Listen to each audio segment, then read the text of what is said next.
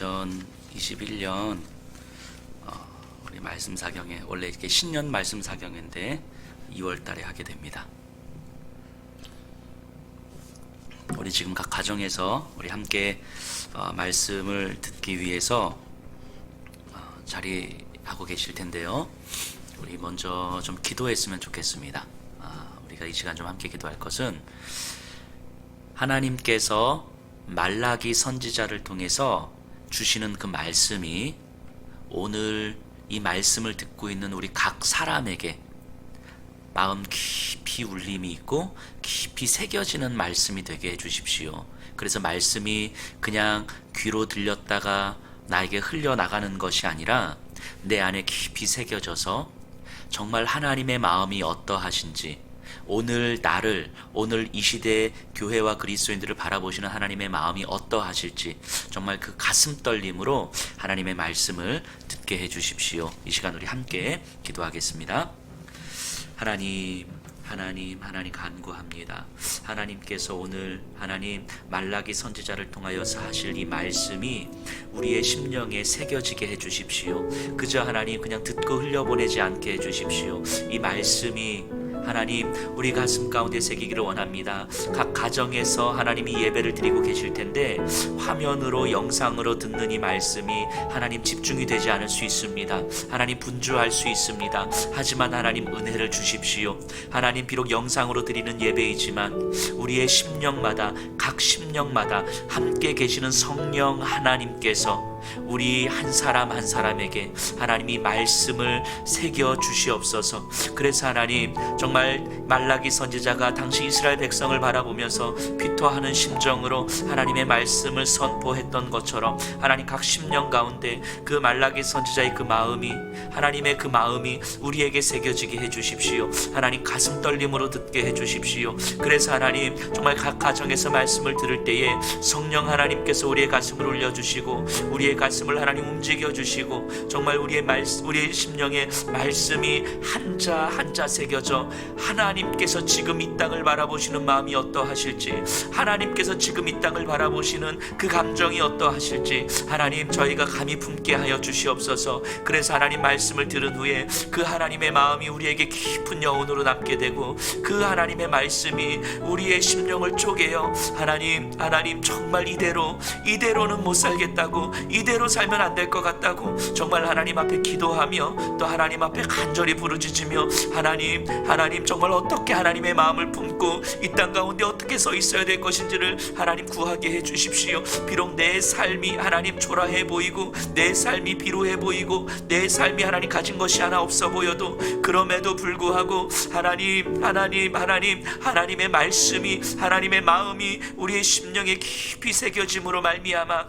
아버지 하나님 내 현실과 상관없이 내 마음과 상관없이 정말 하나님의 말씀으로 하나님 다시 일어설 수 있는 그 힘이, 하나님의 마음으로 다시 일어설 수 있는 그 힘이 하나님 우리에게 새겨지게 하여 주시옵소서. 하나님 오늘부터 시작될 이 말씀 사경회가 하나님 하루하루 진행되는 가운데 하나님의 그 마음이 더 깊이 새겨지게 하시고 하나님의 그 감정이 우리에게 더 깊이 누려지게 하나님 인도해 주십시오.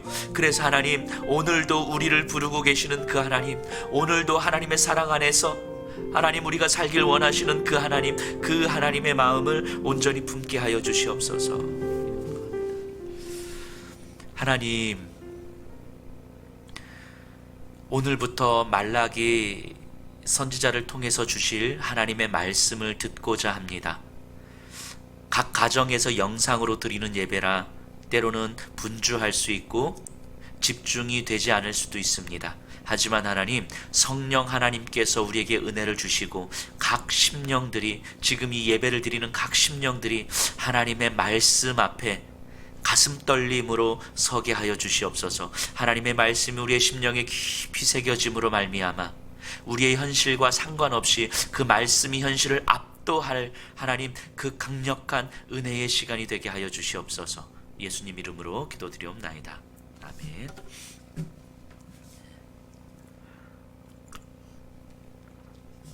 오늘 우리 말라기 첫 시간입니다. 우리 말라기 1장 말씀을 함께 보겠습니다. 말라기서 1장 1절에서 5절입니다. 우리 성경을 다 찾아주시고요. 우리 영상으로 보고 있다고 해서 성경 안 찾고 그냥 듣기만 하시면 안 돼요. 성경을 꼭 찾아서 꼭 펼쳐 주세요. 말라기 구약 성경 제일 마지막 우리 마태복음 바로 앞에 있는 책입니다.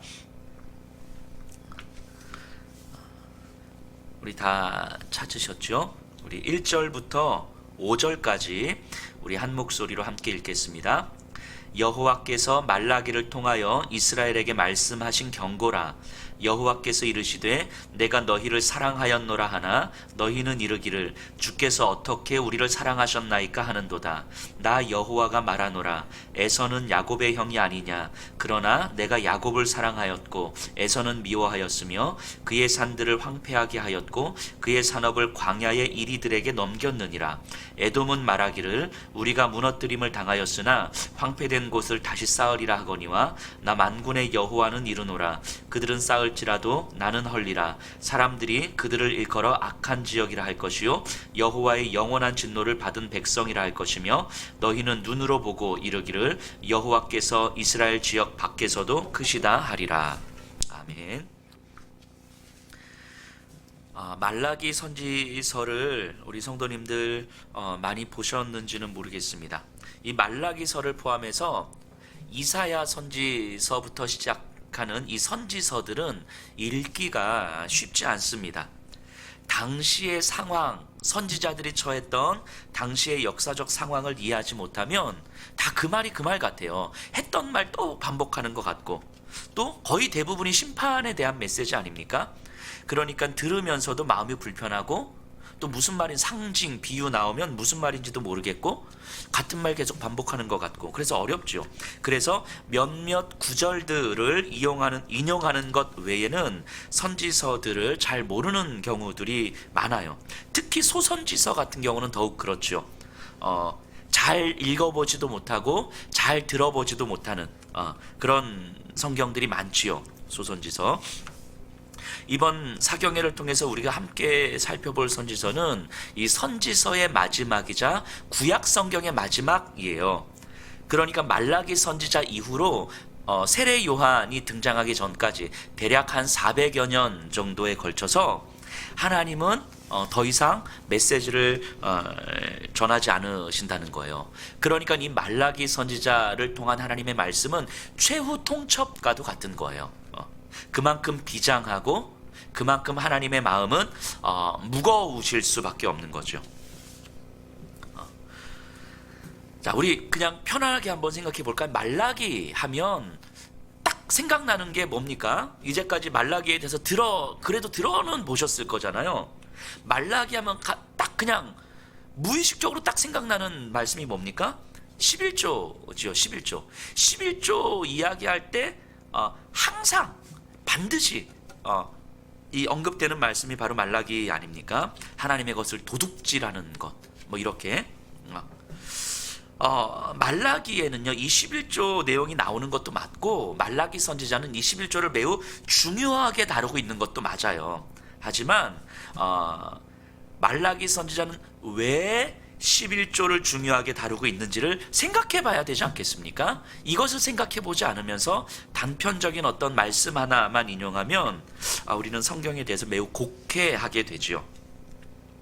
오늘 우리도 이제 아마 토요일쯤에 이제 내일 모레 정도에 11조에 대한 이야기를 살펴볼 텐데요. 11조의 참된 의미가 무엇인지, 하나님께서는 11조를 어떻게 이해하고 계시는지를 이 말라기서를 통해서 우리가 좀 이해해 볼 수 있어요. 자, 어쨌든 그런 내용 하나하나를 이해하기 위해서는 말라기서 전체의 내용을 우리가 좀 파악해야만 합니다. 그래서 4일 동안 주일까지 말라기서를 꼼꼼하게 살펴볼 거예요. 아마 진행을 하면서 자칫하면 말라기를 마무리 못할 수도 있거든요. 주일까지 해도. 그래도 급하게 마무리를 하기보다는 내용을 꼼꼼하게 좀 짚고 넘어가는 걸 좀 해보겠습니다. 그래서 마무리가 안 되더라도 예, 일단 먼저 말라기를 흔히 설마 이렇게 이해하시는 분은 안 계실 것 같은데, 마지막이어서 끝말자 써가지고 말라기 이렇게 이해하시는 분은 안 계시죠? 말라기는요, 그 끝말자 쓰는 한자어 말이 아니에요. 말라흐라고 하는 그 히브리어 단어예요. 말라기가 그러니까 나의 사자, 나의 어떤 전령, 이런 의미죠. 말라기라는 단어 자체가. 그래서 하나님께서 내가 언약의 사자를 보내리니 라고 할 때 이 사자를 뜻하는 단어가 말라기예요. 말라기. 그리고 이 말라기라는 이 뜻을 가진 사람의 이름이죠. 말라기라는 사람의 이름이에요. 그래서 이제 말라기라는 선지자, 사람 이름인데, 이 선지자, 나의 사자라는 뜻을 가진 이름의 선지자예요. 말라기는. 그런데 이 말라기라는 사람에 대해서는 성경이 어떤 정보도 주고 있지 않아요. 그런데 이 말라기서를 이렇게 보다 보니까 이 정도는 알 수 있을 것 같아요. 성전, 제사, 제사장, 그리고 그것을 그들을 그 제사장과 그 제사를 둘러싸고 있는 백성들과의 그 일상적 관계, 정서, 마음, 이런 내용들이 지금 많이 나오거든요. 말라기서에는. 근데 그런 것들에 대해서 매우 상세하게 알고 있어요. 백성들의 그 정서에 대해서. 어떤 사건들만 알고 있는 것이 아니라 그 사건들을 둘러싼 어떤 정서, 마음, 감정, 이런 것들을 말라기가 상세히 알고 있거든요. 그런 걸 보면 아마 말라기 선지자는요, 백성들 사이에 거주하면서 그들과 함께 생활했던 사람들이 아니었을까 싶어요. 그들의 정서를 충분하게 공유하고 또 읽어갈 수 있는 사람이었던 것 같아요. 이 말라기 선지서는요, 좀 문학적 특징이 있어요. 우리가 계속 공부를 해보겠지만, 하나님과 백성들 사이에 이 논쟁을 하는 구조로 이루어져 있어요. 예를 들면 이런 거예요. 하나님이 백성들에게 야, 내가 너희를 사랑했다 라고 말씀하시면 백성들이 이렇게 반응해요. 하나님이 언제 우리를 사랑했습니까? 그러면 하나님께서 야, 내가 어떻게 너희를 사랑했냐면 하고 백성들의 반문을 이제 논파하는 거죠. 또 뭐 하나님이 백성들에게 야, 너희가 나를 멸시했어, 너희가 나를 괴롭게 했어 라고 말하면 백성들이 이렇게 반문하는 거예요. 우리가 언제 하나님을 멸시하고 우리가 언제 하나님을 괴롭게 했습니까?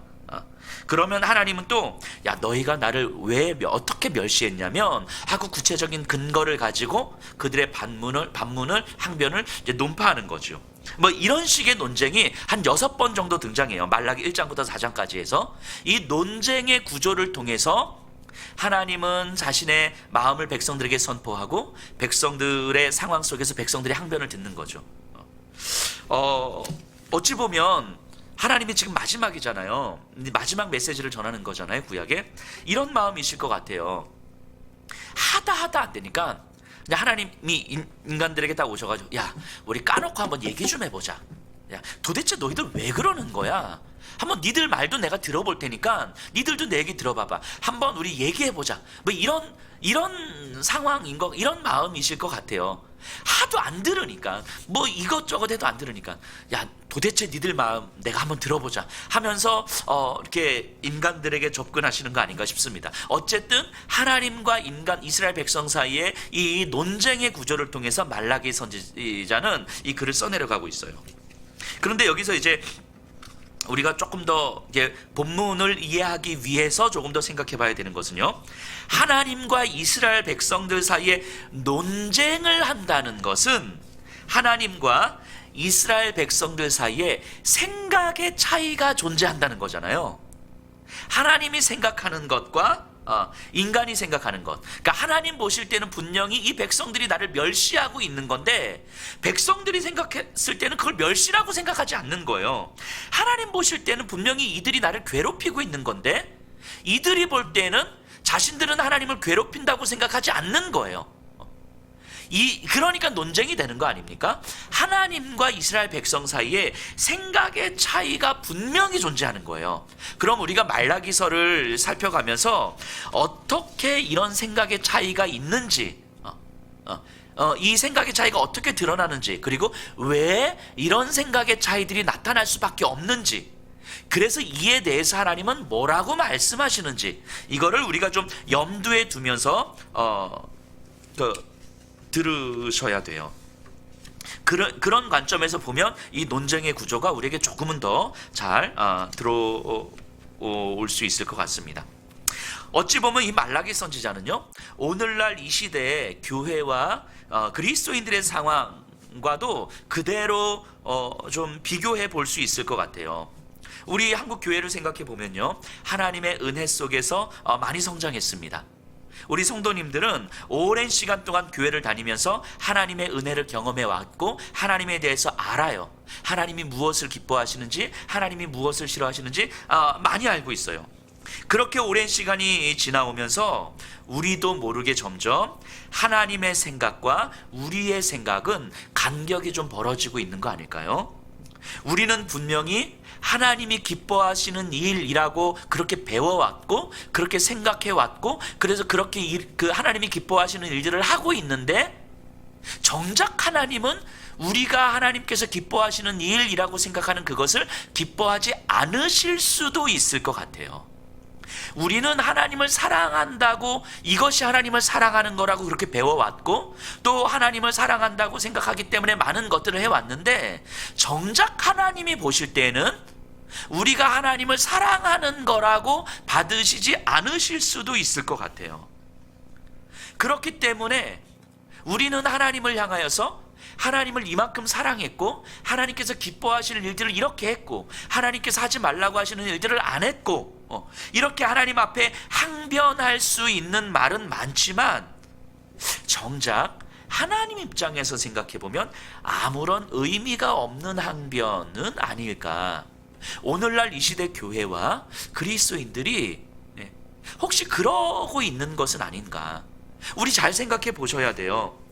우리가 생각하기에 이거 정말 하나님께서 기뻐하시는 거지 라고 생각하면서 해왔던 그것들이 진짜 하나님께서 기뻐하셨을까? 하나님과 우리 사이에 이 생각의 차이가, 간격이 많이 벌어져 있는 것은 아닌가 라는 것을 한번 생각해 봐야 되지 않겠습니까? 그런 의미에서 이 말라기는요, 오늘날 우리 교회와 신자들의 이 신앙을 깊이 성찰할 수 있는 메시지예요. 우리가 생각하고 배우고 익숙해져 왔었던 그 신앙들을 근본부터 다시 뒤집어서 정말 하나님께서도 그렇게 생각하실지, 하나님과 우리 사이의 그 생각의 차이의 그 간격들을 좀 돌아볼 수 있는 메시지인 거예요. 그렇기 때문에 하나님의 생각과 이스라엘 백성의 생각의 그 간격을 그대로 우리에게 한번 적용해 보셔야 됩니다.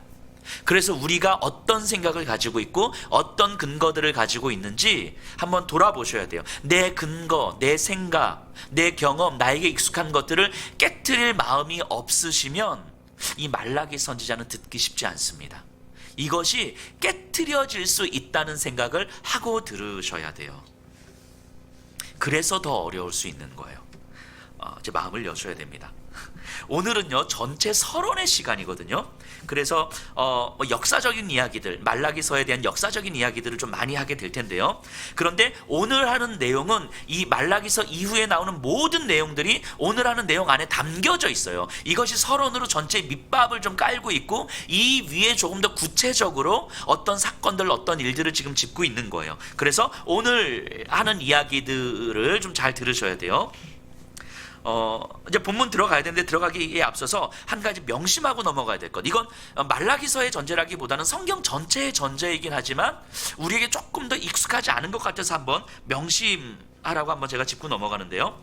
성경 전체가 다 그래요. 특히 선지서들, 이사야, 미가 마찬가지죠. 특히 말라기서도 다 그런데, 하나님은요, 하나님의 백성들과 사랑의 관계를 계속 말씀하고 계세요. 사랑의 관계를. 그런데 하나님이 말씀하시는 하나님과 백성과의 사랑과의 관계는 백성들 사이의 사랑의 관계와 다른 말이 아니다라는 사실을 명심해야 돼요. 이건 성경 전체의 이야기이기도 하지만 특히 말라기서에서는 매우 중요합니다. 백성들 사이에 이루어지는 돌봄과 상호 신뢰와 의존과 존중과 배려와 헌신과 희생과 사랑, 이 모든 관계는 하나님과의 사랑의 관계와 다르지 않다라는 거예요. 그러니까 하나님과는 사랑의 관계가 있는지 백성들 사이의 무관심과 백성들 사이에 사랑하는 관계가 아니다라고 하는 것은, 이거는 하나님께서 말씀하시는 사랑의 관계가 아니다라는 사실을 우리는 명심하셔야 된단 말이죠. 자, 우리 1장 2절 한번 먼저 가서 볼게요. 1장 2절 앞부분 중반 부분까지만 볼게요. 여호와께서 이르시되 내가 너희를 사랑하였노라 하나 너희는 이르기를 주께서 어떻게 우리를 사랑하셨나이까 하는도다. 자, 하나님이 이렇게 말씀하세요. 내가 너희를 사랑하였다. 이 말은요, 미완료형으로 돼 있거든요. 그러니까 내가 이제까지 너희를 사랑했고 지금도 여전히 너희를 사랑하고 있어 라고 말씀하시는 거예요. 그리고 이거는 앞으로도 계속 너희를 사랑할 거야, 이런 얘기죠. 그런데 이스라엘의 반응을 보세요. 주께서 어떻게 우리를 사랑하셨습니까? 자, 이건 하나님께서 사랑하셨던 방법을 물어보는 게 아니죠. 하나님 우리 사랑 안 하셨어요. 우리는 하나님의 사랑을 경험하지 못했습니다. 이 얘기를 하고 있는 거예요. 항변하고 있는 거죠. 자, 요 얘기. 하나님은 우리를 이스라엘 백성들을 사랑하셨고 지금도 사랑하시고 여전히 앞으로도 사랑하실 거예요. 그런데 백성들은 그 하나님의 사랑을 경험해보고 느껴본 적이 없다는 거예요. 요 얘기가 말라기서 전체를 관통하고 있는 거예요. 이게 이제 여러 다양한 방식으로 드러나는 거죠. 그럼 이 상황을, 하나님과 백성 사이의 요 상황을 다시 재현해보면 말라기의 일상 속에서 이랬을 것 같아요. 이스라엘 백성들은요, 일상을 살아가면서 하나님을 향한 원망과 불평이 가득해 있는 거예요. 지금 요 일상에서 도대체 하나님은 뭐 하고 계신 거지? 하나님이 지금 살아계시는 거 맞나? 하나님은 분명히 우리 조상을 사랑하셨다고 하는데 왜 우리한테는 지금 아무것도 안 하고 계시지? 뭐 이러고 있는 거예요, 백성들이. 그러자 하나님이 말라기를 통해서, 야, 이 백성들이 지금 나에 대해서 불평과 원망을 많이 하는 것 같아. 야, 내가 얘네들을 지금 얼마나 사랑하는지 네가 가서 얘기 좀 해줘라. 라고 이제 이야기를 한 거예요. 말라기 선지자를 통해서. 야, 하나님이 우리를 얼마나 사랑하시는데. 그러자 백성들은 격렬하게 반응이 나오는 거예요. 뭐라고요? 하나님이 우리를 사랑하셨다고? 지금 우리 상황을 보면서도 하나님이 우리를 사랑했다는 말이 나옵니까? 도대체 당신은 눈이 있는 겁니까? 뭐 이런 식으로 격렬하게 반응이 나오고 있는 거예요. 그럼 이 백성들의 격렬한 반응을 이해하려면 당시의 상황이 도대체 어떠했었는지 이해를 좀 해야 되지 않겠습니까? 이 말라기는요, 성경으로 치면 에스라 느헤미야 시대, 그 대략 한 주전 430년, 440년 요 정도 시대를 이제 시대적 배경으로 하고 있어요. 자, 이스라엘 민족을 보세요. 이스라엘 민족은 바벨론의 포로로 한 70여 년 잡혀 있다가 포로 생활을 마치고 예루살렘으로 돌아오게 됩니다. 이들이 예루살렘으로 이스라엘로 돌아오면서 얼마나 기쁘고 얼마나 감격에 벅찼겠습니까? 우리 믿음의 선배들이 애굽에서 출애굽하면서 홍해바다를 건넜던 그 사건을 연상하면서 바벨론에서 이스라엘로 돌아오는 이 길을 마치 홍해를 건너는 그 장면처럼 살아계신 하나님이, 전능하신 하나님이 그의 약속을 우리에게 지키고 계신다라는 어떤 기쁨과 감격이 있지 않았겠습니까? 조상들의 범죄로 인하여서 하나님이 진노하셨지만 하나님은 이제 회복하시겠다는 약속을 우리에게 성취하고 있는 거예요. 심지어 예루살렘으로 돌아와서 뭐 합니까? 예루살렘 성전을 재건하잖아요. 물론 솔로몬 성전에 비하면 정말 볼품없는 성전이었지만 그래도 성전이 다시 지어지면서 하나님이 약속하신 온전한 회복이 있을 것이라 기대했어요. 그리고 학개 선지자, 스가랴 선지자를 통해서 분명히 약속하셨잖아요. 성전이 건축되면 하나님의 영광이 회복될 거라고. 자, 그런데 성전이 재건된 후로 지금 한 대략 60년, 뭐 70년 요 정도가 지금 지난 시간이거든요. 지금 말라기 시대요. 성전이 재건된 이후로 시간이 한 60, 70여 년 정도가 지났는데 그런데 이스라엘의 상황은 조금도 변한 게 없어요. 여전히 식민지에 힘든 시간을 보내고 있습니다. 단지 바벨론에서 바사 제국으로 바뀌었을 뿐이고 이제 바사가 이제 헬라에 흔들리고 있지 않습니까?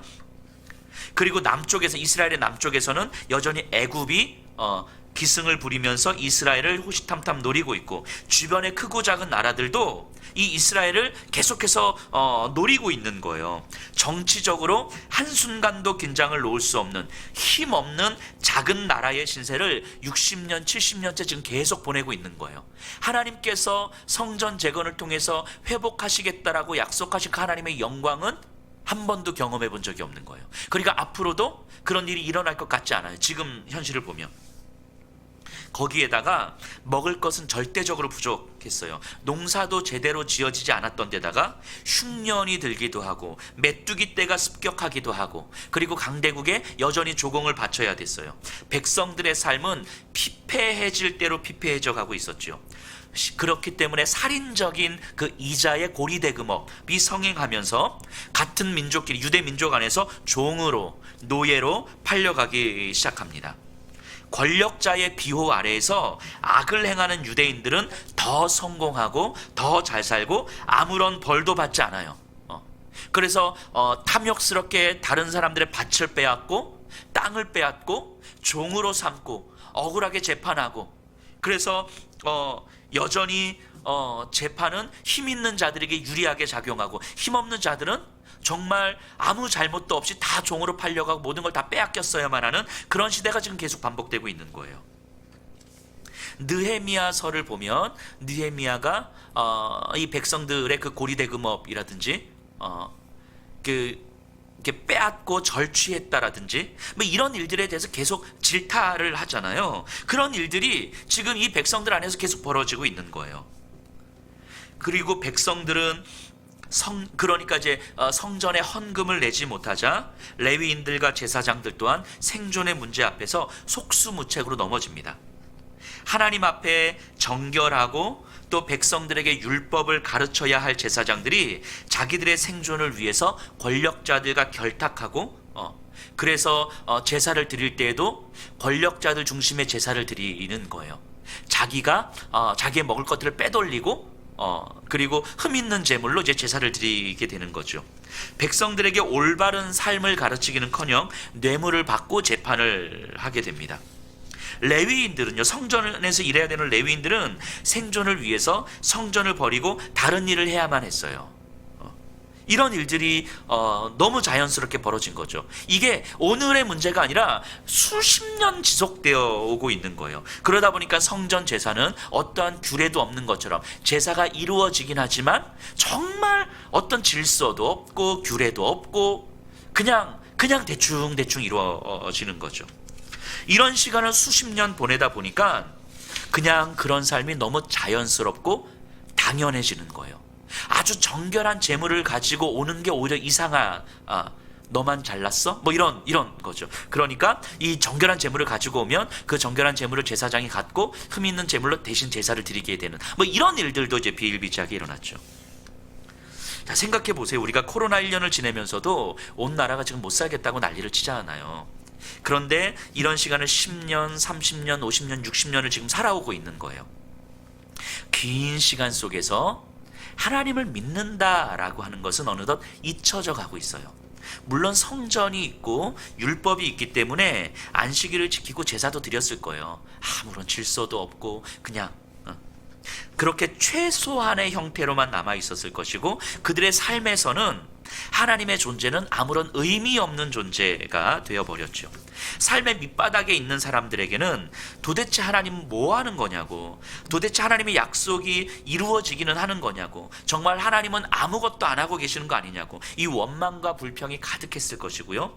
돈과 힘을 가진 사람들에게는 하나님은 진짜 아무 의미가 없는 존재인 거죠. 하나님의 율법을 지키고 하나님의 말씀을 따르는 건 사실은 아무 의미가 없어요. 지금 내가 돈을 벌고 생존하는 게 중요한 거예요. 왜냐하면 하루하루가 긴장되고 지금 강대국들 사이에서 약소국으로 살아가는 이 이스라엘은 여기서 그냥 나라의 안녕, 나라의 번영이 아니라 내가 어떻게 잘 살 것인가, 이런 거죠. 나라가 풍전등화의 위기에 있으면 사실은 사람들은 자기 안전에 집중하게 되죠. 이런 시대가 말라기 선지자의 시대예요. 제사장들조차도 제사 자체가 별로 중요하지 않습니다. 그런 백성들 사이에 살고 있었던 이 말라기 선지자는 누구보다도 그 백성들의 마음과 삶을 알고 있었을 거예요. 그렇기 때문에 백성들을 향한 하나님의 마음도 너무 잘 알고 있는 거죠. 그래서 백성들에게 하나님은 지금도 여전히 너희를 사랑한다 라고 말씀을 전했던 것이고, 이 백성들의 격렬한 반응을 또한 말라기도 아마 또 듣고 있는 거겠죠. 그러니까 백성들은 뭐 이렇게 반응하는 거잖아요. 지금 우리 상황을 보고 있냐고. 뭐 우리에게 먹을 것을 넉넉하게 주시는 것도 아니고, 사회적으로 안정하게 만들어 주시는 것도 아니고, 악한 사람을 벌하는 것도 아니고, 우리를 억울하게 만들었던 저 사람들을 벌한 것도 아니고, 식민지에서 벗어나게 하신 것도 아니고, 성전을 재건했는데 변한 건 아무것도 없지 않냐고. 그런데 어떻게 우리를 사랑했다고 말할 수 있습니까? 이렇게 이야기하는 거예요. 이 백성들의 마음이 이해가 되시나요? 백성들 입장에서는 하나님은 우리를 사랑하지 않으신 거예요. 하나님이 우리를 사랑하셨다는 근거가 하나도 없는 거죠. 자, 여기까지 우리가 좀 생각을 해보면 우리가 이 정도는 이제 눈치를 좀 채셔야 될 것 같아요. 하나님의 마음과 백성들의 마음이 지금 다르다라는 사실을 눈치를 채셔야 되는 거예요. 하나님이 백성들을 향한 하나님의 사랑과 백성들이 기대하는 하나님의 사랑이 다른 거예요. 하나님이 이스라엘 백성들에게 주시고자 하는 사랑과 백성들이 하나님으로부터 받고 싶은 사랑이 달라요. 하나님은 분명히 사랑하고 또 사랑하고 계셔요. 그런데 백성은 그 사랑을 전혀 느끼지 못한다고 이야기하는 거예요. 그러면 백성들을 향한 하나님의 사랑과 또 백성들이 하나님을 향해서 기대하는 사랑의 차이를 우리가 고민해 봐야 되겠죠. 이 차이가 뭔가, 어떤 차이가 있는가? 그리고 왜 이런 차이가 만들어졌는가? 자, 이스라엘 백성들이 생각하는 사랑이 뭡니까? 일단 현실적으로 우리에게 무언가 주셔야 되는 거잖아요. 돈을 주시고 건강을 주시고 안전을 주시는 그런 것들. 그런데 지금 현실을 보니까 지금 한 수십 년을 지내오는 가운데 하나님은 한 번도 그런 걸 주신 적이 없는 것 같아요. 아무것도 안 주셨어요. 안전함도 안 주시고 돈도 안 주시고 건강도 안 주시고 심지어는 정의도 없는 것 같아요. 악한 자들이 너무 잘 살아. 그런 거 보면 하나님은 살아계시는 것 같지도 않고, 아니 살아계신다 할지라도 우리와 상관없는 사람인 거죠. 우리를 사랑하지 않는 사람, 우리 사랑하지 않는 존재인 거예요. 그리고 지금도 사랑하지 않으시는 거예요. 만일 하나님이 지금 우리를 사랑하신다면 지금 우리가 얼마나 비참하고 고통을 당하고 있는지를 아실 텐데, 그럼 여기서 우리에게 뭔가라도 해주셔야 되는 거죠. 예전에 우리 조상들을 사랑하셨다는 것은 알고 있지만 그게 무슨 소용이겠어요? 지금 나에게 아무것도 없는데. 예전에 뭔가를 하나님 하셨다는 거 우리도 다 듣고 있지만 지금 나에게 아무것도 없지 않냐고. 백성들은 지금 이 마음인 거죠. 하지만 하나님의 사랑은 다르죠. 백성들을 향한 하나님의 사랑은 무엇입니까? 백성들이 기대하는 하나님의 사랑은 우리가 지금 이해를 했는데, 백성들을 향한 하나님의 사랑은 뭡니까? 백성을 향한 하나님의 사랑은 언약이잖아요. 언약. 백성들과의 언약 관계. 그래서 백성들과 하나님이 조금 더 가까운 관계가 되고 서로 책임 있는 관계가 되는 거죠. 무언가를 주고 안 주고는 그 다음인 거예요. 별로 중요한 게 아니죠. 하나님과 백성 사이에 언약적 관계 안에서 서로 친밀한 관계를 만들어가고 더 가까워지는 관계를 만들어가고, 그래서 서로가 서로에게 언약적 당사자로서 책임 있는 관계가 되기를 원하시는 거죠. 자, 사실 우리가 생각해 보면요, 이스라엘 백성의 어떤 지금까지 백성의 현실을 우리가 생각해 봤는데, 다시 하나님의 입장에서 이스라엘의 역사를 한번 생각해 보면요, 하나님은요 바벨론 포로로 잡혀가기 전부터, 그러니까 이들도 인정하고 있는 조상들의 범죄로 말미암아 하나님의 심판이 바벨론의 포로라고 이해하고 있는데, 그 바벨론 포로로 잡혀가기 전부터 하나님은 계속해서 말씀하셨어요. 내게로 돌아오라, 내게로 돌아오라. 내가 너희의 하나님이다. 내가 온 세상의 하나님이다. 이 온 세상의 주인이고 온 세상의 왕인데, 이 내가 온 세상의 왕인 내가 너희를 택하여 불렀고 너희와 언약적 관계 안에 들어와 있고, 그래서 너희와 내가 서로 책임 있는 관계 속에서 더 가까워지는 사랑의 관계를 만들어가면 너희를 통해서 이 온 세상에 하나님의 질서, 하나님의 영광이 가득하게 됨을 나도 너희도 보게 될 거야 라고 끊임없이 말씀하셨어요. 그런데 이스라엘 백성은 듣지 않았죠. 하다가 하나님께서 어떻게까지 하셨냐면 호세아 선지자를 통해서 음란한 여인 고멜과 결혼하라는 명령을 하셨어요. 그러면서 이스라엘 백성이 지금 이렇게 하나님이 나를, 신랑인 나를 배신하고 있다라는 걸 아주 있는 그대로 적나라하게 알려주셨어요. 그리고 나서 그래도 괜찮다. 너희들이 나를 그렇게 배신해도 괜찮다. 지금이라도 돌아오라. 그런데 이스라엘 백성은 어땠습니까? 그들에게는 하나님과의 친밀한 사랑의 관계보다 지금 당장 먹을 것을 주고, 지금 당장 돈을 주고, 지금 당장 힘을 준다고 약속한 이방신을 쫓아간 거예요. 고멜이 그랬던 것처럼 고멜을 향한 호세아의 사랑은 고멜에게 별로 중요한 게 아니었어요. 자기에게 지금의 만족을 주고 지금 풍요롭게 만드는 젊은 남자들을 쫓아가는 게 더 중요했던 거죠. 그것처럼 이스라엘 백성들도 하나님의 그 사랑, 하나님과의 사랑의 관계보다 지금 당장 나에게 무언가를 주는 그 이방신들을 쫓아갔어요. 그래서 결국 하나님은 예레미야 선지자를 통해서 자, 그래, 바벨론에 투항해라, 바벨론에 항복해라. 하지만 바벨론 그 땅에서도 나는 너희를 지켜줄 거야 말씀하셨거든요. 그러자 이스라엘 백성들은 뭐라고 원망합니까? 하나님 우리 버리시는 겁니까? 이렇게 원망을 해요. 포로로 잡혀갔을 때 에스겔 선지자를 통해서, 다니엘 선지자를 통해서 하나님은 계속 말씀하셨어요. 계속 내가 예레미야에게 약속한 그 70년의 시간이 차면 너희를 다시 회복시켜 주실 것이다. 나는 여전히 너희의 하나님이다. 너희는 나에게로 돌아오라고. 그리고는 이스라엘 백성들이 영적으로 전혀 준비가 되지 않았음에도 불구하고 하나님은 약속하신 대로 그들을 이스라엘 땅으로 귀환시켜 주셨어요. 그리고 내가 너희와 함께 할 것이라는 약속을 기억하도록 하기 위해서 성전을 짓도록 했죠. 그러니까 성전은, 이스라엘 백성들에게 있어 이 성전을 재건하라는 것은 하나님 때문이 아니었어요. 이스라엘 백성이 이거라도 없으면 또 하나님을 잊어버릴 테니까, 이거라도 없으면 하나님을 기억하지 못할 테니까 성전을 짓고 하나님을 기억하라는 거예요. 하나님이 너희와 함께 계시고, 하나님이 우리의 하나님이시고, 온 세상의 하나님이시고, 하나님과의 관계 속에서만 너희는 정말 풍성한 삶을 살 수 있는 거라는 걸 기억하라고 성전을 지으라고 하셨어요. 그런데 백성들은 어땠습니까? 성전을 짓다가 현실적인 어려움이 닥치자 그들은 성전 공사는 내팽겨치고 자기 살 길을 찾았잖아요. 한 14년, 15년 정도를 이스라엘 백성들은 성전을 짓다만 그대로 놔두고 자기 살 길을 찾았어요. 그래서 보내주신 선지자가 학개 선지자와 스가랴 선지자 아닙니까? 하나님은 다시 언약을 생각나게 하시고 하나님 안에서 살아갈 것을 말씀하셨어요. 그래서 스가랴 선지자를 통해서 하나님께서 궁극적으로 하셨던 말씀이 뭐예요? 내게로 돌아오라는 거였어요. 내게로 돌아오라. 너희들 지금 이러면 안 된다. 하나님의 전은 이렇게 폐허가 되어 있는데 너희들은 이렇게 너희들 집 짓고 살면 안 된다. 학개 선지자를 통해서 이렇게 외치셨고, 너희들의 삶이 지금 이대로는 안 된다. 내게로 돌아와야 된다 라고 계속 외치신 거 아닙니까? 그런데 성전이 재건이 됐어요. 하지만 이스라엘 백성들의 삶을 다시 자세히 살펴보세요. 그들의 삶에서는요, 하나님 별로 관심이 없었어요. 성전을 재건하고 하나님께서 우리에게 베풀어 주실 은혜를 기대하긴 했지만 그들의 삶은 하나님 백성의 삶으로서의 삶이 아니었어요. 이스라엘 안에서 서로가 서로를 돌봐주고 상호 돌봄이 있고 서로 사랑하고 그리고 함께 하나님의 말씀을 따르는 그런 삶에는 별로 관심이 없었어요.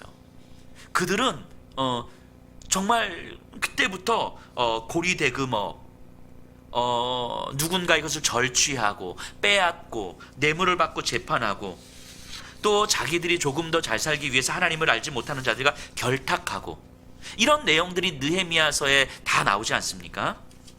재판은 힘 있는 자들에게 유리했고, 그러니까 백성들도 생존을 위해서 더 집중하게 되었고, 제사장들은 더 이상 율법을 가르치지 않았어요. 이에 하나님은 계속해서 하나님의 사람들을 보내신 거예요. 에스라를 보내시고, 느헤미야를 보내시고, 스룹바벨을 보내시고, 여호수아를 보내시고, 계속 보내셨어요. 너희는 하나님의 백성이라고, 지금 너희들의 삶을 보라고. 탐욕적인 이방인들과 너희들의 삶이 뭐가 다르냐고. 어떻게 같은 동족을 종으로 사고 팔 수가 있냐고. 어떻게 과부와 고아를 이토록 압제하고 나그네를 이토록 업신여길 수 있냐고. 도대체 제사장 너희들은 뭐 하고 있는 거냐고. 하나님의 백성으로서 올바른 삶을 가르치고 그것을 위해서 제사가 정결하게 드려져야 됨에도 불구하고 도대체 제사장 너희들은 너희들의 먹을 것에 너희들의 생존에만 관심이 있는 거냐고 하나님은 끊임없이 외치셨어요. 끊임없이 지금까지. 하지만 이스라엘 백성들에게 그 소리는 들리지 않았습니다. 왜 그랬을까요? 그들이 하나님께 원하는 건 따로 있었기 때문인 거죠. 지금 먹고 사는 것, 지금 내가 조금 더 만족스러운 것, 지금 내가 조금 더 풍요한 것. 그러니까 하나님은 이런 것들을 채워주신 적이 없으신 거예요. 그런데 이방신들은 그것을 채워주거든요. 이 말라기에서 뒤에 보면은 뭐 이혼 얘기도 나오는데 이런 일들이 막 벌어진 거죠. 이 이스라엘 백성들은 그때는 굉장히 일찍 결혼을 했는데 저 이방신들을 섬기는 사람들은 좀 더 잘 사는 것 같거든요. 그러니까 내가 조금 더 만족스럽게 잘 살기 위해서 어려서 결혼한 아내를 버리고 이방신을 섬기는 여인들과 결혼을 하는 거예요. 이방신의 제의를 가지고 오고 그로 인한 어떤 풍성함을 구하는 거죠. 그래서 과부를 만들어버리고 아무런 사회적 보호장치도 없는 상태로 그냥 내버려 두는 거죠. 이런 일들이 이스라엘 백성들 가운데 계속 이루어지고 있었던 거예요. 그러면서 이들이 했던 말들은 뭐냐면 하나님이 도대체 우리에게 뭘 해주셨습니까? 하나님이 아무것도 안 해주시지 않았습니까? 그래도 우리는 안식일마다 제사를 드렸고 비록 흠 있는 제물이었지만 하나님 앞에 매주 가서 뭔가 예배도 드렸어요. 그런데 하나님은 우리에게 아무것도 안 해주시지 않습니까? 그래서 우리는 우리가 생존의 길을 찾기 위해서 지금 이런 일들을 하고 있는 거라고. 이게 오랫동안 지속이 되니까 수십 년간 지속이 되니까 이게 너무 자연스럽게 자리 잡고 자연스럽게 질서가 되는 거예요. 마음은 그게 너무 당연한 거예요. 그러니까 이스라엘 백성들 사이에서 과부가 된 사람들이 너무 많아. 고아가 되는 아이들이 너무 많은 거죠. 이들을 보듬어 줄 사람들은 아무도 없는 거예요. 제사장들도 이들을 위해서는 아무것도 해주지 않습니다. 그러면서 이들은 도대체 하나님은 우리에게 뭘 해주신 겁니까? 라고 이야기를 하고 있는 거예요. 지금 2절 주께서 어떻게 우리를 사랑하셨나이까 하는도다. 이 2절은 이런 배경을 가지고 있는 거예요. 이 2절의 말씀을 이해하기 위해서는 이런 말라기 시대의 배경을 우리가 이해를 해야 이 말씀이 조금 더 우리에게 들어오겠죠. 하나님이 백성에게 주시는 사랑과 이스라엘 백성이 기대하는 사랑은 그 간격이 너무 컸어요. 그러니까 이들은 하나님이 사랑하셨다는 사실을 받아들이질 못하고 있어요. 여전히 하나님께서 사람들을 보내셔서 끊임없이 내가 너희 하나님이다, 내게로 돌아오라는 말씀을 이들은 들을 수가 없는 거예요. 자, 오늘날 우리는 어떻습니까? 우리도 우리가 기대하는 하나님의 사랑과 하나님이 행하시는 사랑 사이에 간격이 있습니까? 그래도 혹시 우리도 여전히 하나님은 나를 사랑하지 않는 것 같다고 차마 입으로는 말을 못하지만 마음속으로 그렇게 생각하고 있는 것은 아닙니까? 우리가 기대하는 하나님의 사랑과 하나님께서 우리에게 주시는 그 하나님의 사랑. 자, 이것을 하나님께서 알려주시기 위해서 한 가지 비유로 말씀하세요. 2절부터 4절이에요. 2절 후반부부터 볼게요. 에서는 야곱의 형이 아니냐? 그러나 내가 야곱을 사랑하였고 에서는 미워하였으며 그의 산들을 황폐하게 하였고 그의 산업을 광야의 이리들에게 넘겼느니라. 에돔은 말하기를 우리가 무너뜨림을 당하였으나 황폐된 곳을 다시 쌓으리라 하거니와 나 만군의 여호와는 이르노라. 그들은 쌓을지라도 나는 헐리라. 사람들이 그들을 일컬어 악한 지역이라 할 것이요 여호와의 영원한 진노를 받은 백성이라 할 것이며. 자, 에서와 야곱에 대한 이야기를 하는데요. 이런 본문을 보면서 우리가 좀 오해하지 말 것은요. 야곱은 사랑했고 에서는 미워했다. 그래서 야곱이 어떻게 하든 하나님은 사랑할 수밖에 없고 에서는 어떻게 하든 미워할 수밖에 없다. 이런 식으로 이해를 하시면 안 돼요. 물론 이 본문은 하나님의 선택과 예정을 말해주는 본문이긴 하지만 이 의미가 모든 것이 이미 다 결정되어 있다. 뭐 이런 식으로 이해를 하시면 안 돼요. 그런 건 예정론도 아닌 거죠. 하나님의 예정을 그런 식으로 이해하면 안 되는 거예요. 여기서 야곱을 사랑했고 에서를 미워하였다라고 했는데 하나님이 말씀하고 싶은 것은 뭐냐면 요 사랑인데요. 요 사랑은 야곱을 사랑했던 이유 얘기는 하나님의 선택을 이야기하는 것이고요. 하나님의 선택은 하나님의 주권을 이야기하는 거예요.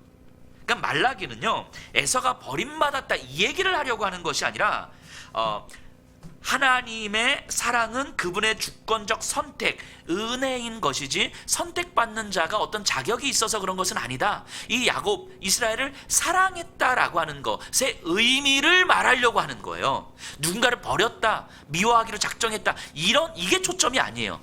이스라엘 백성들에게 사랑을 이야기하고 사랑을 가르쳐주기 위해서 지금 하는 이야기다라는 거예요. 그래서 말라기가 여기서 에서와 야곱을 이야기하는 의미는 하나님의 주권적 사랑이 어떠한 방식으로 또 어떤 목적인지를 알려주시는 거예요. 그리고 여기서 또 하나 우리가 생각할 것은 이 에서 야곱 마찬가지고요. 에서 그리고 에서를 조상으로 하는 민족이 에돔이잖아요. 또 야곱 이스라엘, 이들은 구체적으로 존재했던 역사적 존재이기도 하지만 여기서는 또 상징적 의미를 갖기도 하죠. 한 예로 말라기는 이런 식으로 쓰는 거예요. 그 에서가요, 야곱에게 팥죽 한 그릇의 장자권을 팔잖아요. 이게 창세기 25장에 나오거든요. 그때 이렇게 성경은 이렇게 표현해요. 그가 장자의 명분을 가벼이 여겼다, 이렇게 이야기해요.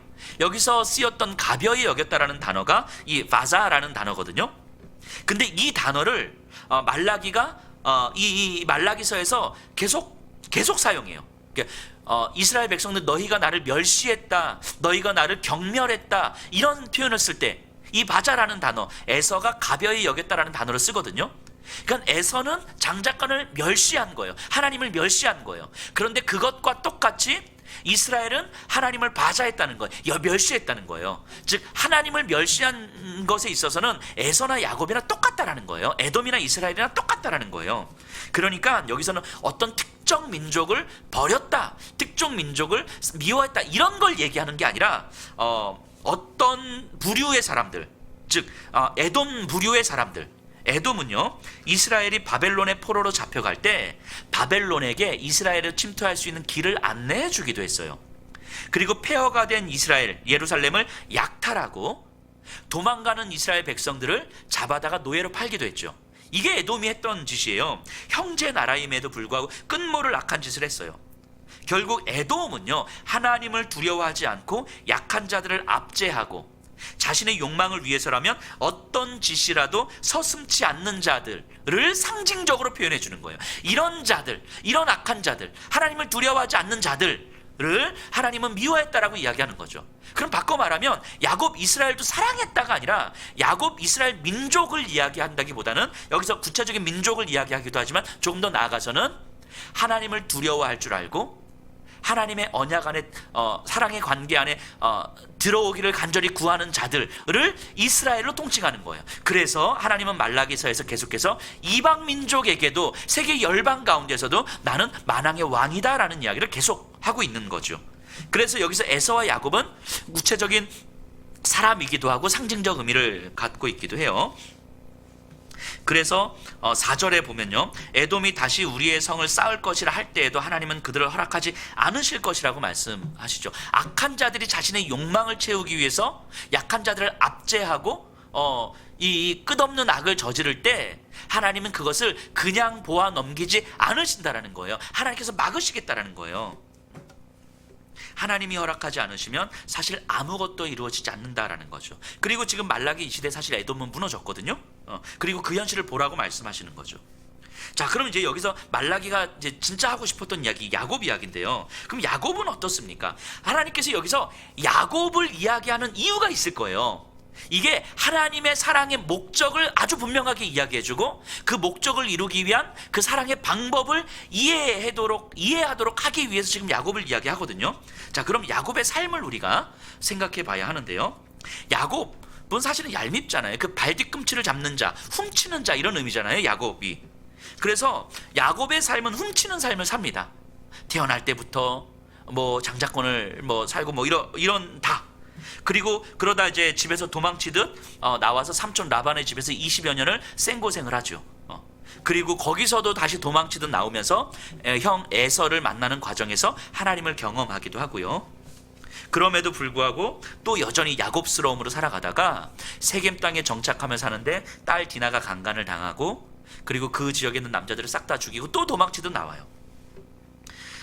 이후에 한참의 시간이 지나서 야곱은 요셉을 잃어버리죠. 요셉의 형들에 의해서 팔렸지만, 그 후로 야곱은 뭘 소망하면서 삽니까? 요셉의 동생 베냐민을 지키는 것을 소망하면서 살잖아요. 여전히 야곱스러움 아닙니까? 그러다가 결국 요셉이 애굽의 총리가 되었다는 사실을 알고 애굽으로 내려가요. 그리고 바로 왕 앞에 서죠. 그 장면 기억나시죠? 그 바로 왕 앞에 서서 야곱이 뭐라고 이야기하냐면, 내 험악한 세월이 130년입니다. 이렇게 이야기를 해요. 자신의 돌아온 삶을 돌아보면서 130년의 시간을 살아오면서 진짜 험악하게 참 고생 많이 했습니다. 정처 없이 방황하는 나그네처럼 살았습니다. 이 얘기하는 거잖아요. 얼마나 힘들었으면 이랬을까 싶은 거예요. 그리고 야곱이 진짜 죽기 전에 자녀들에게 축복을 하잖아요. 요셉을 축복하는 장면인데요. 우리 성경 한번 좀 펴볼까요? 창세기 49장 26절. 창세기 49장 26절이에요.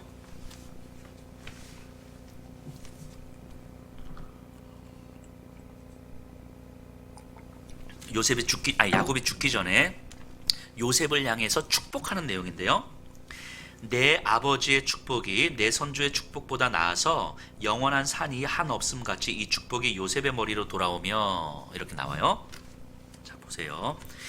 요셉에게 하는 이야기잖아요. 내 아버지의 축복이 이렇게 나옵니다. 여기서 그럼 내 아버지는 누구를 이야기합니까? 야곱을 이야기하는 거죠. 요셉에게 내 아버지라고 이야기하니까 야곱 자신을 이야기하는 걸 거예요. 내 선조의 축복보다, 내 선조는 누구겠습니까? 이삭, 아브라함을 이야기하는 거겠죠. 근데 야곱이 뭐라고 이야기하냐면, 나에게 주신 축복이, 나에게 주신 하나님의 축복이 우리 아버지 이삭, 우리 할아버지 아브라함에게 주신 축복보다 훨씬 더 크다, 이 얘기를 하는 거예요. 그래서 내가 너에게, 이 축복이 너에게 임하기를 원한다, 이 얘기하는 거잖아요. 지금 앞에서 야곱이 뭐라고 이야기했어요? 내 지난 130년의 삶이 진짜 고생 많았습니다, 험했습니다, 이 얘기를 했잖아요. 그런데 지금 여기서는, 얼마 되지 않은 여기서는 나에게 주신 축복이 내 아버지와 할아버지에게 주신 축복보다 훨씬 큽니다, 이 얘기를 하고 있는 거예요. 자, 이게 무슨 의미일까요? 야곱은 왜 이런 이야기를 할까요? 여기에 하나님의 사랑의 비밀이 있음을 야곱은 깨달은 거죠. 하나님의 사랑의 목적이 뭡니까? 하나님께서 우리를 사랑하시는 목적은 딱 하나죠. 하나님과 더 가까워지는 것. 이게 하나님이 우리를 사랑하시는 목적이잖아요. 우리와 더 가까워지는 것, 하나님이 우리와 더 가까워지도록 하는 것. 그래서 하나님이 우리와 더 가까워지도록 하기 위해서 여기에 방해가 되는 죄의 짐들을 하나씩 벗겨가시는 것이 하나님 사랑의 방법이에요. 우리와 더 가까워지는 것이 하나님 사랑의 목적이라면, 가까워지는 것을 방해하는 죄의 짐들을 하나씩 벗겨가는 것이 하나님 사랑의 방식이에요. 야곱이 경험했던 이 험악한 시간들은 이 죄의 짐들을 벗겨가시는 하나님 사랑의 방법이었고, 결국 그 하나님 사랑의 방법으로 말미암아 하나님과 더 가까워졌음을 야곱은 지금 여기서 고백하고 있는 거죠. 그래서 야곱은 하나님이 나에게 주신 축복이 우리 아버지와 우리 할아버지에게 주신 축복보다 훨씬 크다라고 지금 여기서 고백하고 있는 거예요. 야곱은 하나님 사랑의 비밀을 깨달은 거예요. 그래서 요셉에게 이 축복을 이야기하는 거죠. 이 축복이, 그러니까 요셉 너 나처럼 생고생 한번 해봐라, 뭐 이런 얘기하는 게 아니잖아요. 그것이 고생일 수 있고 그것이 험난함일 수 있어요. 아니, 어쩌면 요셉은 이미 그 고생을 이제 다 지냈을지도 모르겠지만, 그럼에도 불구하고 이 지난 시간들을 보내면서 하나님은 너와 가장 가까워지기를 원하신다고, 그것에 방해되는 것들은 하나님께서 하나씩 끄집어내시는 거예요. 지금 이스라엘 백성들에게 말라기는 이 야곱 이야기를 하고 있는 거예요. 하나님 사랑의 목적은 언약 관계를 맺은 너희들, 하나님이 직접 언약 관계를 맺은 너희들과 더 가까워지는 것이고, 그 목적을 위해서 너희의 죄의 짐들을 하나씩 벗겨내는 거라고. 이 이야기는 호세아 선지자를 통해서 이사야, 미가, 예레미야, 다니엘, 에스겔, 학개, 스가랴, 이 사람들을 통해서 주구장창 했었던 이야기잖아요. 내가 너희와 가까워지고 싶다고, 내게로 돌아오라고. 그런데 이스라엘 백성들은 이 죄의 짐들을 하나씩 하나씩 더 끌어안으려고 하는 거예요. 더 끌어안고 이걸 안 내놓고 왜 이거 안 주시냐고 지금 하나님을 향해서 원망하고 있는 거잖아요. 하나님은 이 죄의 짐들이 내려놔줘야, 이 돈의 탐욕이 내려놔줘야, 좀 더 풍요하고 싶은 그 갈망들이 내려놔줘야, 그래야 나와 더 가까워지는데 이들은 이거 꼭 끌어안고 이거 더 안 주신다고 그러는 거잖아요. 예수님도 이렇게 말씀하시잖아요. 자녀가 생선을 달라 하는데 뱀을 주고 알을 달라 하는데 전갈을 주겠냐고. 예수님이 뭐라고 말씀하시는 겁니까? 아버지와 자녀의 관계로 더 가까이 가기를 원하시는 거잖아요. 그래서 아버지가 원하는 것을 구하면 얼마든지 주실 수 있다고 이야기하는 거잖아요. 그런데 이 인간들이 구하는 것이 생선과 알이 아니라 뱀이고 전갈인 거예요. 뱀을 구하고 전갈을 구하는데 이거 안 주신다고 지금 막 뭐라고 하고 있는 거 아닙니까?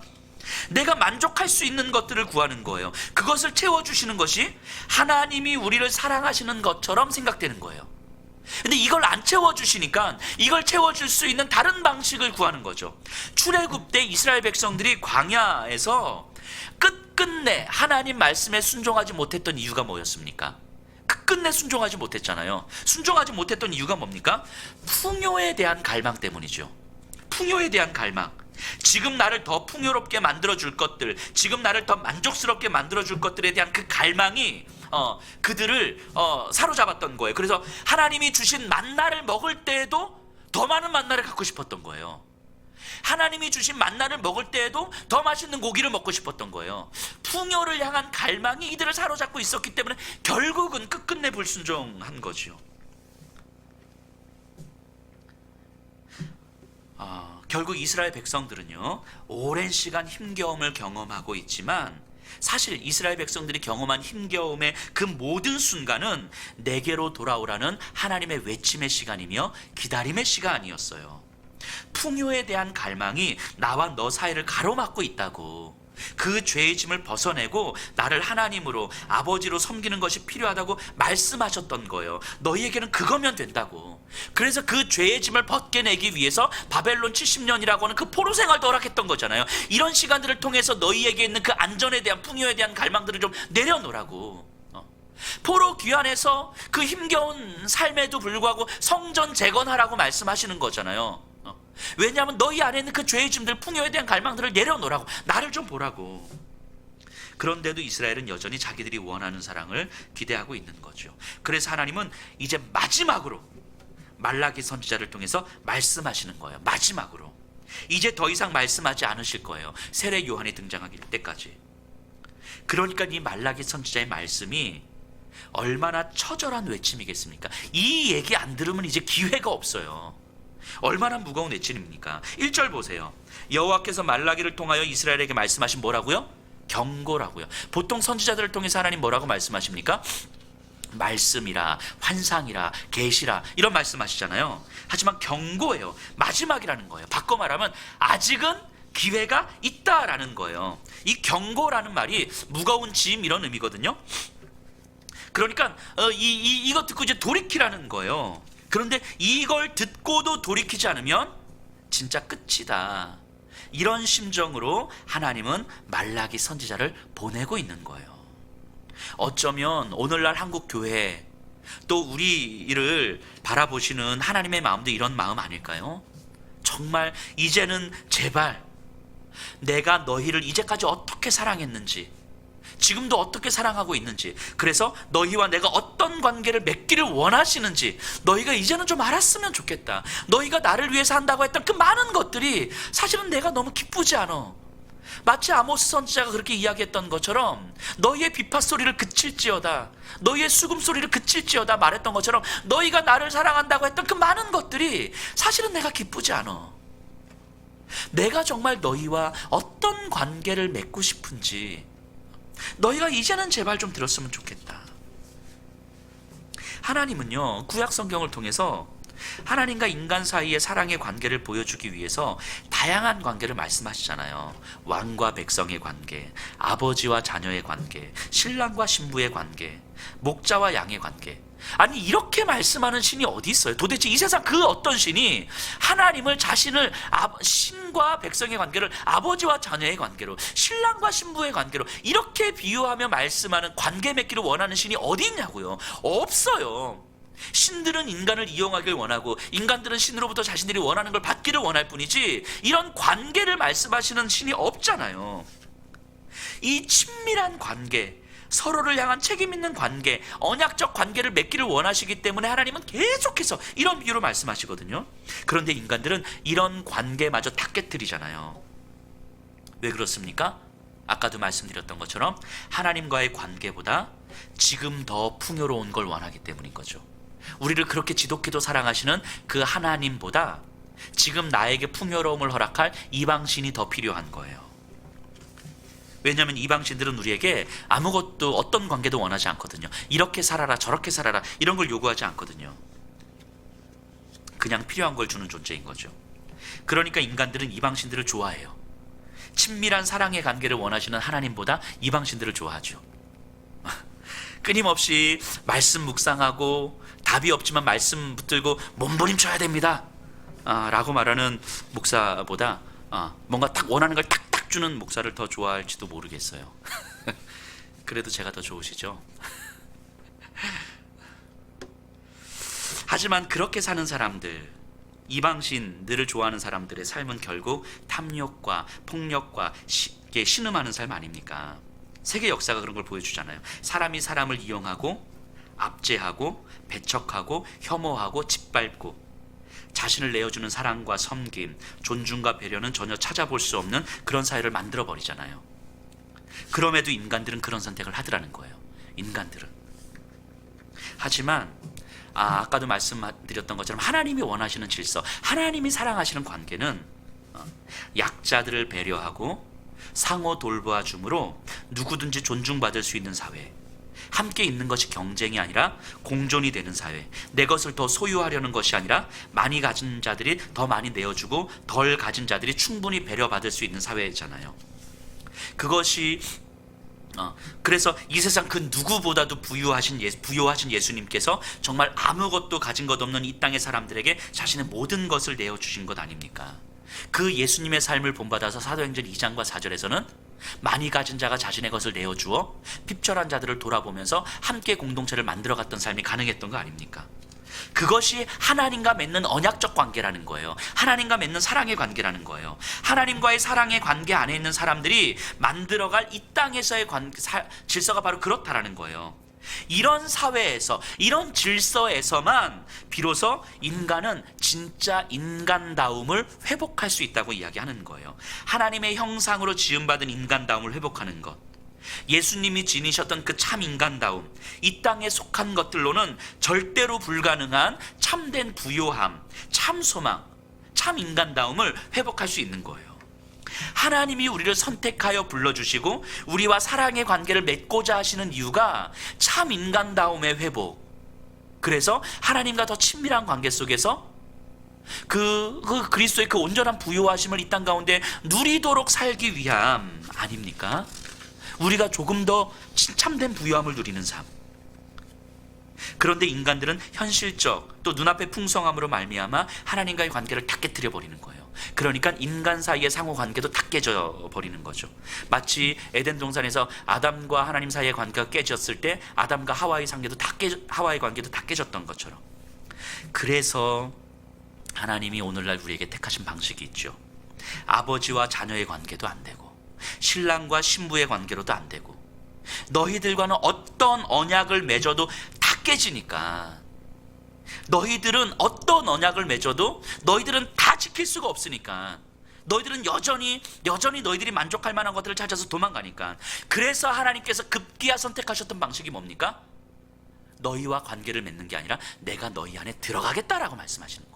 내가 너희 안에 들어가겠다. 저가 내 안에, 내가 저 안에 거하는 그 삶을 약속하신 거죠.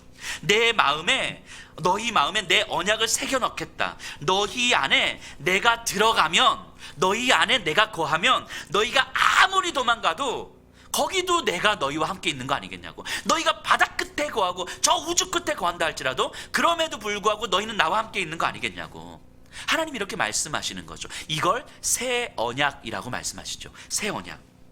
이 새 언약을 맺도록 하기 위해서 예수님이 이 땅에 오셨고 십자가에 죽으시고 부활 승천하신 후에 성령이 우리 안에 들어오신 거예요. 이 방법이 아니면 도저히 너희들과 사랑의 관계를 유지할 수가 없으니까, 내가 너희 안에 들어가는 방식이 아니면 너희와 사랑의 관계를 유지할 수가 없으니까, 너희와 사랑의 관계를 유지할 수가 없으면 너희가 살아가는 삶의 질서는 여전히 폭력이고 여전히 탐욕이고 여전히 비인간적이고 인간의 본래적 모습, 인간의 하나님의 형상을 어디서도 찾을 수가 없으니까 내가 너희 안에 들어가겠다고 말씀하시는 거예요. 그렇게 한시도, 단 한순간도 하나님과의 사랑의 관계 안에서 끊어질 수 없도록 그만큼 우리를 사랑하신 거예요. 또 그리고 사랑하고 계신 거예요. 그게 십자가의 사랑이죠. 이 사랑 이루시려고 예수 그리스도께서는 이 땅에 십자가에서 죽으신 거라고요. 당신의 아들을 이 땅에 보내셔서 죽음 가운데 내버려 두신 거라고요. 이 사랑 이루도록 하시기 위해서 단 한순간도 우리와 떨어질 수 없다라는 사실을 하나님은 그렇게 알려주고 싶으셔서, 또 그렇게 이루시고 싶으셔서. 왜냐하면 우리는 그토록 하나님을 떠나려고 하니까. 비록 지금 우리의 현실이 내가 만족할 만큼 풍요롭지 못하고 내가 원하지 않는 방식으로 내 삶이 이루어진다 할지라도 하나님은 여전히 우리를 사랑하고 계시는 게 분명한 거예요. 왜요? 우리 안에 거하시겠다고 약속하셨고, 예수를 주로 고백하는 순간 우리 안에, 내가 저 안에, 저가 내 안에 거하는 것이 확실하니까. 하나님은 나와 함께 계시고 나와 친밀한 관계를 지금 계속 유지하고 계시는 거니까, 내 감정이, 내 생각이 때로는 하나님으로부터 멀어진 것처럼 느껴진다 할지라도 내 안에 계신 성령 하나님께서 하나님과의 친밀한 관계를 계속 만들어가고 계시니까, 이건 분명한 거니까. 그럼 비록 내 현실이 초라하고 비참해 보여도 하나님은 여전히 나를 사랑하시는 게 분명한 거죠. 내가 너희를 사랑했고 지금도 여전히 사랑하고 앞으로도 사랑할 것이다 라고 말씀하고 계시는 거예요. 이스라엘 백성들을 향한 하나님의 마음이, 말라기 선지자를 통한 하나님의 마음이 이거 아닙니까? 나와 함께 있음으로 인해서 성전에서의 제사를 소중히 여길 줄 알고, 제사장들을 통해서 매일매일 하나님의 말씀을 잘 새겨 듣고 하나님 앞에서 정결함을 유지하고, 하나님과의 사랑의 관계에서처럼 너희들의 마을과 사회가 에덴의 질서를 회복하고, 과부와 고아를 마을이 책임져주고, 정처 없이 방황하는 나그네를 충분히 대접해주고, 돈이 없는 자들을 종으로 사고 파는 것이 아니라 나의 것을 나누어 동등한 존재로 함께 살게 하고, 그렇게 이스라엘 공동체가 하나님과의 사랑의 관계 안에서 부요함을 누리는 삶을 살기를 바라는 거죠. 그런 하나님의 백성들이 그런 삶이 될 때 탐욕과 폭력과 경쟁의 정말 염증을 느낀 사람들이 하나님의 토라, 하나님의 율법을 보고 하나님 율법을 따르는 하나님의 백성들의 삶을 보면서 그 부요함을 보고 쫓아오는 거예요. 이게 이방 민족 가운데서도 내가 왕이라 일컬어질 것이다 라고 말씀하시는 거 아닙니까? 지금 말라기 눈앞에 보여지는 현재의 모습 말고요, 우리가 신앙생활을 하는 이 시간이 지나고 세월이 지나고 지날수록 우리 안에 하나님의 사랑을 더 깊이 알아가고, 우리가 받은 은혜의 그 진함, 그 은혜의 진국을 더 깊이 느끼고 있다면 그건 분명히 우리의 신앙이 성장하고 있다는 증거고, 성숙한 사람이 되어간다는 의미일 거예요. 더 짜릿한 은혜, 또는 내가 만족할 만한 그 풍요로움이 없다 할지라도, 당장 나를 만족시킬 만한 그 어떤 것들이 없다 할지라도 여전히 하나님의 그 사랑이 내 안에 가득하고 있다는 사실을 품고 있다면, 그래서 주님을 향한 그 사랑 때문에 주님을 향한 사랑으로 내 마음이 부풀어 있다면, 그 마음 가운데서는요 하나님의 영의 성령이 크게 자리 잡고 있다는 증거일 거예요. 그렇기 때문에 하나님은 오늘날 우리에게도 말씀하시죠. 내가 이제까지 너를 사랑하였고 또 지금도 너를 사랑하고 있다 라고 말씀하세요. 그럼 이 질문에 대해서 우리는 이제 무엇이라 반응하시겠습니까? 이스라엘 백성들처럼 반응하시겠습니까? 아니면 비록 지금 내 삶은 초라하지만 시간이 갈수록 하나님의 그 사랑이 더 짙어지고 더 진해지고 있습니다 라고 반응하시겠습니까? 이 질문 앞에 여러분들 한 사람 한 사람 정말 돌아보셨으면 좋겠습니다. 과연 나는 지금 어떻게 반응할 것인가? 우리 시간 함께 좀 기도했으면 좋겠습니다. 하나님, 우리를 향한 하나님의 사랑과 우리가 기대하는 하나님의 사랑은 얼마나 큰 간격이 벌어지고 있습니까?